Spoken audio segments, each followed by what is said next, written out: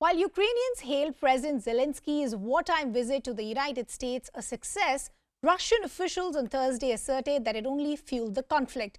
President Putin, addressing reporters in Moscow, scoffed at Zelensky's visit and accused the United States of dragging on the conflict. In fact, Putin claimed that Russia always wanted dialogue, while the Ukrainians have shied away from talks. Все вооруженные конфликты заканчиваются так или иначе какими-то переговорами на дипломатическом треке. А мы и не отказывались никогда.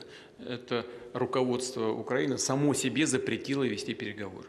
Ну, это уже выглядит несколько необычно, странно даже, я бы сказал.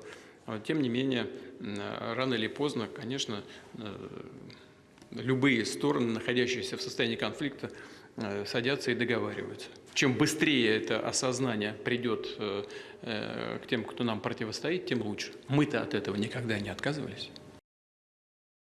Putin also went on to dismiss the aid package and weapon deal with the United States, claiming Russians were far ahead in terms of combat capability and weaponry.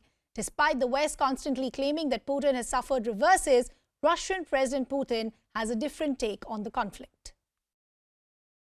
Дело в том, что на Украину поступают вооружения из бывших стран Варшавского договора, в основном советского производства.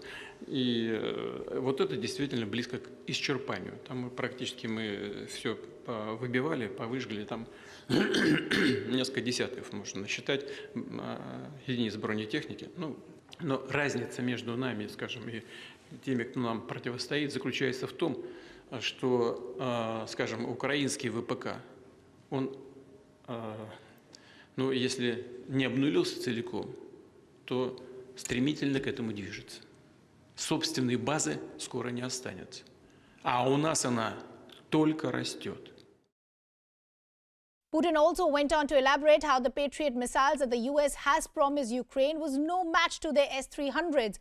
Russian president categorically stated that the Ukrainians will be at the receiving end of all of it by dragging on the war. Понедельник, вторник.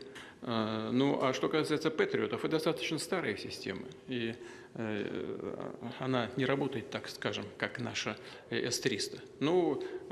Тем не менее, ведь те, кто нам противостоит, исходят из того, что это якобы оборонительное оружие. Ладно. Мы просто будем иметь это в виду. И противоядие всегда найдется. Так что те, кто это делают это зря.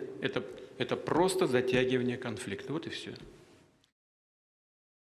Putin, though, at the end of the news conference, was pragmatic enough to admit a few areas of concern for the Russian army, and the area stopped work on the conflict inches close to a year.